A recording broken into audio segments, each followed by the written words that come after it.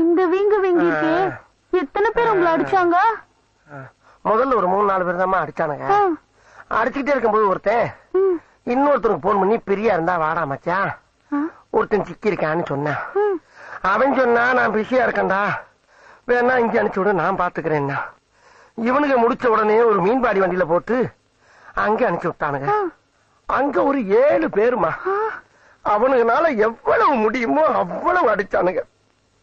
அடிச்சிட்டு ஒரு ஆட்டோல ஏத்தி விட்டானுங்க. சரி நம்ம வீட்டுக்கு தான் அனுப்புறானுங்களோன்னு நம்பி ஏறி உட்காந்து அது நேர இன்னொரு இருக்க மூத்திர சந்துக்கு போச்சு. அந்த மூத்திர சந்துக்குள்ள 11 பேருமா. 3 மணி நேரம் மூச்சு திணற திணற அடிச்சானுங்க. சரி அடிச்சிட்டு போங்கடான்னு விட்டுட்டேன். விட்டுட்டீங்களா? அவங்கள அடிக்கலாம் இல்ல. ஏன்? அடிக்கும் போது ஒருத்தன் சொன்னா எவ்வளவு அடிச்சாலும் தாங்குறான்டா, இவன் ரொம்ப நல்லவன் ஒரு வார்த்தை சொல்லிட்டாமா. நானும் பழிக்காத மாதிரியே எவ்வளவு நேரம் நான் அடிக்கிறது. இவ்வளவுக்கும் காரணம் அந்த பெரியவன் சும்மா வரக்கூடாது.